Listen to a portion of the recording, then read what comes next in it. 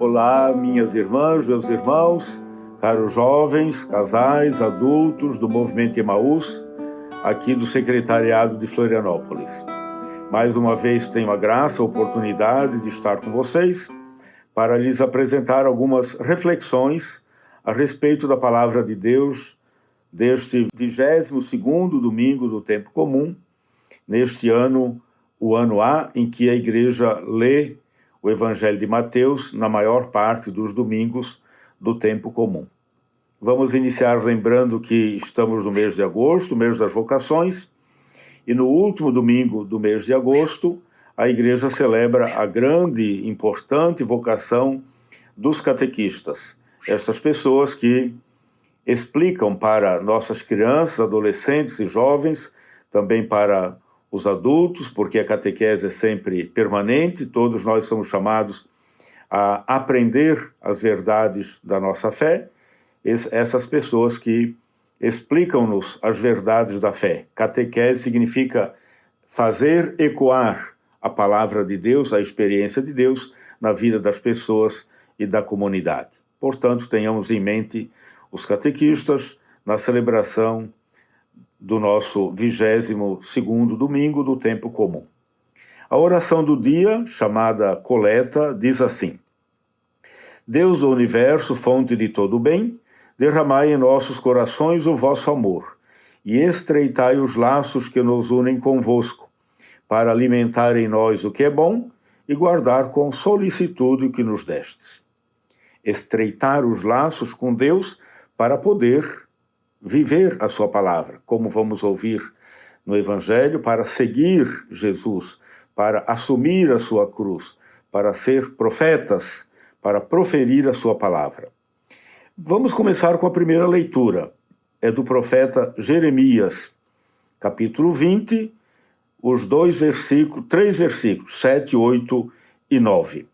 É onde Jeremias mostra como ele se sentiu seduzido pela palavra de Deus, pelo amor de Deus, pela força, pelo poder de Deus, mesmo reconhecendo que isso implicava dificuldade, provação, solidão, perseguições, motivo de vergonha, de chacota.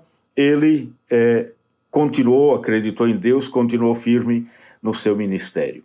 Vamos lembrar também que estamos aí pelos anos 650, mais ou menos, antes de Cristo, o nascimento de Jeremias. Quando ele tinha 23, 24 anos, ele se sentiu chamado a ser profeta. Numa época em que os reis de Israel, ele exerceu seu ministério durante 40 anos, numa época em que os reis de Israel não acreditavam muito na força do próprio povo, na fé em Deus, na força de Javé como Deus do povo. Os reis, com medo dos egípcios, faziam aliança com a Babilônia. Com medo da Babilônia, faziam aliança com o Egito. E com isso, acreditavam mais na aliança com poderes, com países fortes, do que com a própria identidade nacional, com a fé religiosa do seu povo. E por isso Jeremias teve que chamar a atenção dos reis, dos governantes, dos líderes, teve que anunciar a invasão da Babilônia e o exílio, e por isso ele era chamado de profeta da desgraça. Só fala desgraça, só fala problema, mas os profetas são assim, são aqueles que advertem, que chamam a atenção. Não são aqueles que veem o mundo tudo cor-de-rosa, tudo lindo, maravilhoso. São aqueles que ficam chamando a atenção. E ao chamar a atenção diante das injustiças, da exploração, da ganância, do esquecimento dos pobres, do descaso com a vida, o profeta é sempre mal visto. Foi o caso de Isaías, como vimos domingo passado, que também começou seu ministério com apenas 20 anos. Agora, hoje, estamos falando de Jeremias, que vai ser uma espécie de tipo, de exemplo, de modelo que aponta para Jesus Cristo, o profeta, o último profeta, o profeta por excelência, como vamos ver no Evangelho. Jeremias 20, 7, 8 e 9, diz assim: Seduziste-me, Senhor, e deixei-me seduzir. Foste mais forte, tiveste mais poder. Tornei-me alvo de irrisão o dia inteiro. Todos zombavam de mim. Todas as vezes que falo, levanto a voz. Todas as vezes que falo, levanto a voz, clamando contra a maldade e invocando calamidades. A palavra do Senhor tornou-se para mim fonte de vergonha e de chacota o dia inteiro. Ele reclama com Deus. Ele diz que Deus o seduziu. Aqui pode ser no bom sentido, sentiu-se seduzido pelo amor de Deus, mas pode também significar fui enganado por Deus, né? Porque ele faz a experiência da vergonha, da maledicência, da solidão, da chacota, todos o abandonam, todos falam mal dele, ele vive mal essa experiência de profeta, no sentido de provação, de dificuldades, as cruzes, digamos assim, do profeta. Aí ele continua dizendo, disse comigo, não quero mais lembrar-me disso, nem falar mais em nome dele. Esquece, não quero saber de Deus, não quero saber de pregação, não quero saber de ser profeta, não quero mais lembrar-me disso, não quero nem mais falar em nome dele, diz o profeta. Mas ele continua dizendo, senti então dentro de mim um fogo ardente a penetrar meu corpo todo, desfaleci, sem forças para suportar. Como quem diz, não dá. Diante de Deus, Deus se aproveita demais de nós, falando bem claramente. A gente dá o dedo, ele pega a mão, a gente dá a mão, ele pega o braço, a gente dá o braço, ele pega o ombro, a gente dá o ombro, ele pega o coração, não dá mais para segurar, explode o coração. Como diz aqui o profeta, desfaleci sem forças para suportar. Como quem diz, me entrego. Tudo bem, se Deus quer se servir de mim, seja feita não a minha, mas a vontade dele, como também o próprio Jesus vai dizer. Então, essa é a experiência do profeta Jeremias. Se sente seduzido por Deus, quer fugir, sente o peso da profecia, o peso da missão, mas, por fim, reconhece que não dá para fugir. A resposta à primeira leitura do Salmo Responsorial 62 tem como refrão: a minha alma tem sede de vós, como a terra sedenta, ó meu Deus. Sede de Deus, né? Como o profeta também tinha, Jeremias, todos os profetas, ter sede de Deus. Só mesmo na aliança com Deus, só mesmo sendo seduzido por Deus, é que se pode ter força para levar adiante a missão que nos é dada. O Evangelho é de Mateus, capítulo 16, do versículo 21 ao 27. É a continuação do trecho que nós ouvimos domingo passado. Diz assim, naquele tempo, Jesus começou a mostrar a seus discípulos que devia ir a Jerusalém e sofrer muito por parte dos anciãos, dos sumos sacerdotes e dos mestres da lei, e que devia ser morto e ressuscitar no terceiro dia. Então Pedro tomou Jesus à parte e começou a repreendê-lo, dizendo, Deus não permita tal coisa, Senhor, que isso nunca te aconteça. Jesus, porém, voltou-se para Pedro e disse, vai para longe, Satanás, tu és uma pedra de tropeço, porque não pensas as coisas de Deus, e sim as coisas dos homens. Vamos parar para refletir esse pedacinho aqui. Você lembra que domingo passado, Jesus pergunta, e vocês, o que é que dizem de mim? E Pedro, em nome de todos, diz, tu és o Messias, tu és o Cristo, tu és o enviado de Deus. E Jesus diz, muito bem, Pedro, tu estás falando não por tua própria conta, mas iluminado pelo Espírito de Deus. E se é assim, por essa tua fé eu te digo, tu és Pedro, e sobre esta pedra vou edificar a minha igreja. Isso nós ouvimos domingo passado. Então Jesus, tendo ouvido a confissão de fé de Pedro em nome dos discípulos, Jesus começa a falar qual é o messianismo dele, qual vai ser a missão dele como Messias, como Cristo de Deus. A missão dele vai ser ir a Jerusalém, enfrentar o poder religioso concentrado no templo de Jerusalém. E Jesus, então, Aqui, os estudiosos da Sagrada Escritura entendem que nessa passagem há como que uma virada, uma reviravolta no ministério de Jesus.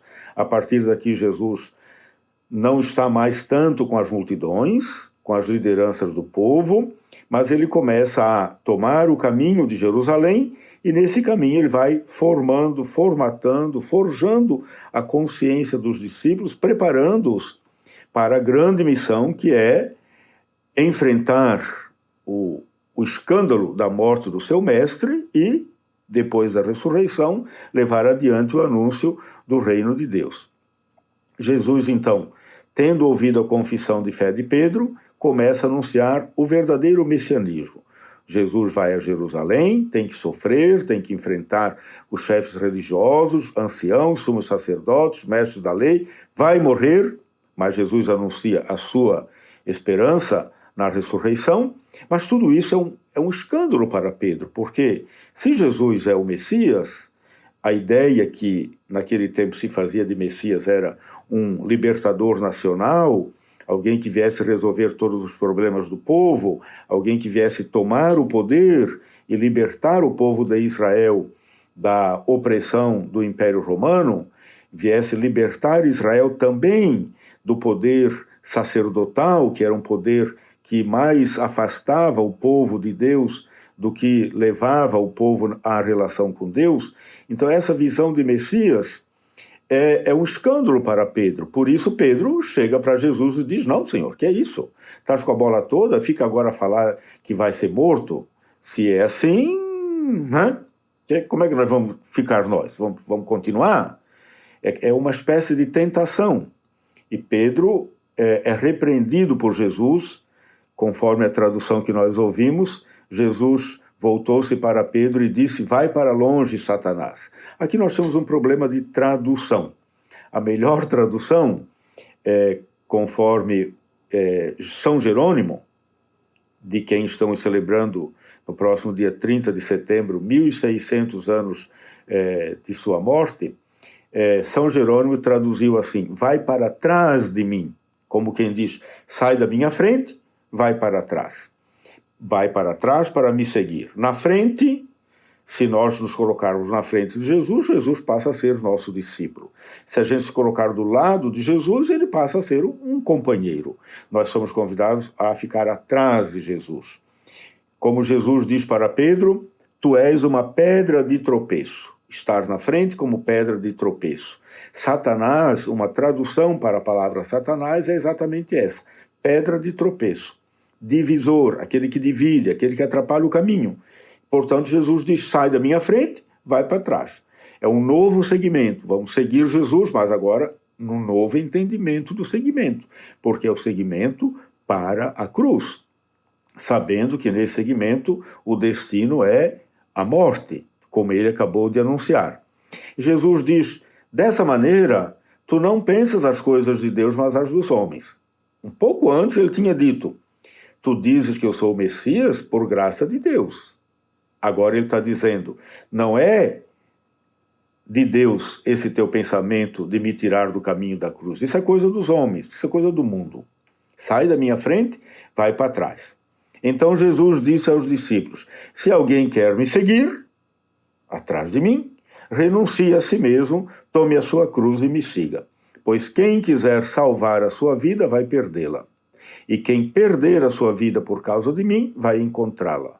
De fato, que adianta o homem ganhar o mundo inteiro, mas perder a sua vida? O que poderá alguém dar em troca de sua vida?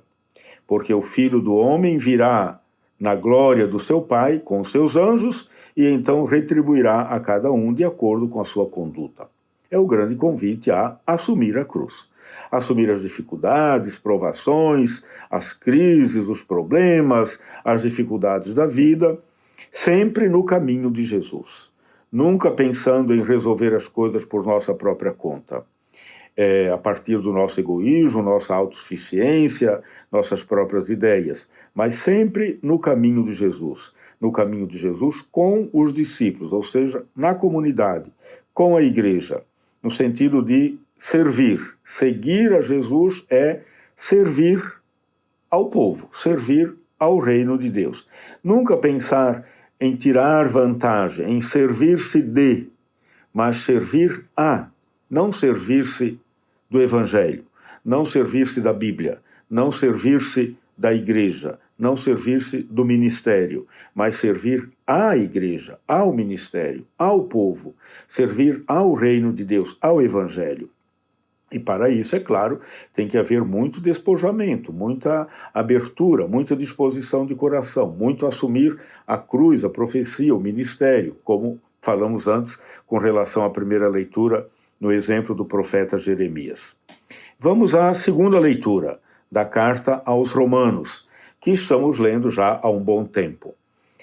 Até o capítulo 11, São Paulo faz uma reflexão teológica a respeito do projeto de salvação de Deus.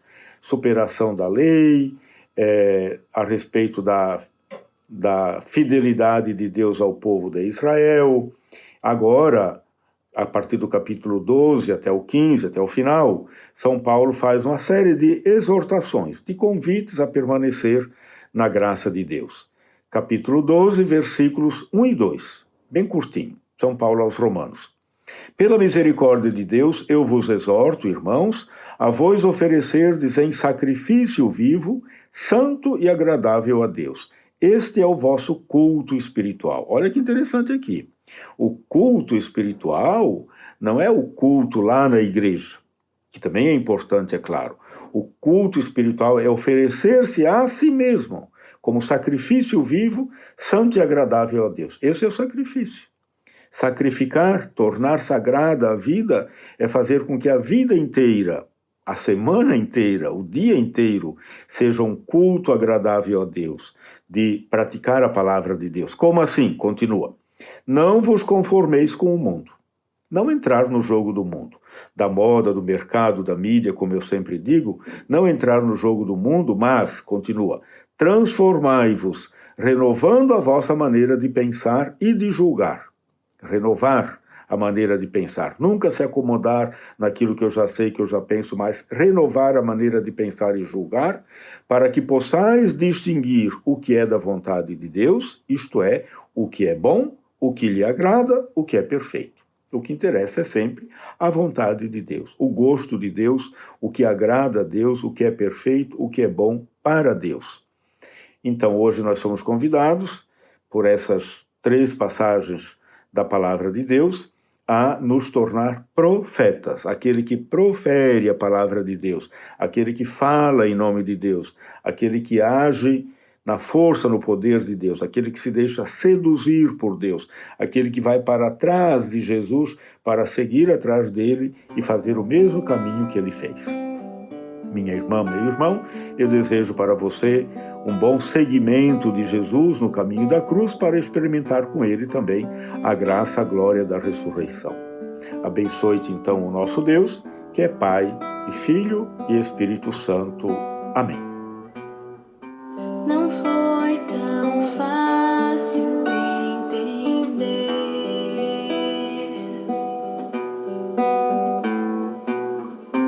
o quanto errei em procurar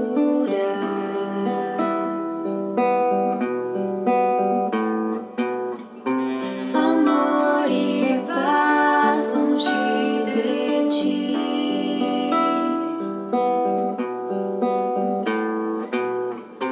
Não conseguia ser feliz, mas descobri o teu amor.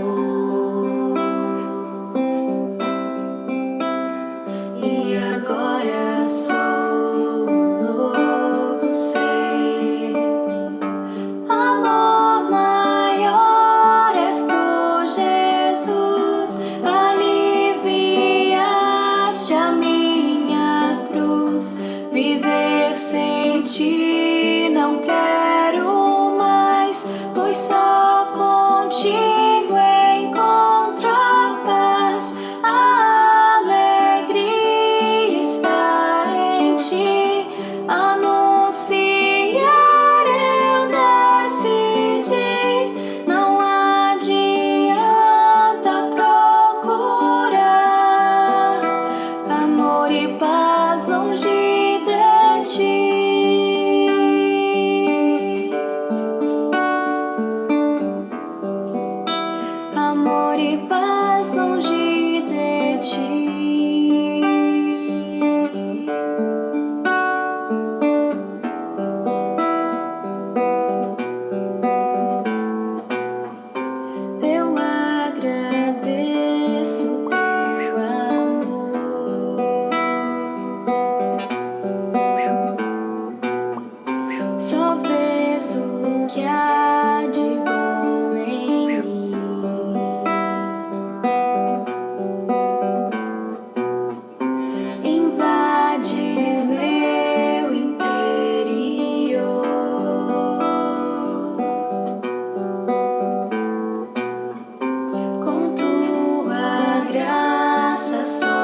feliz, pois descobri o teu amor. E agora sou um novo ser. Amor maior és tu, Jesus, aliviaste a minha cruz. Viver sem ti não quero mais, pois só contigo encontro a paz. A alegria está em ti. Anunciar eu decidi, não adianta procurar amor e paz longe de ti.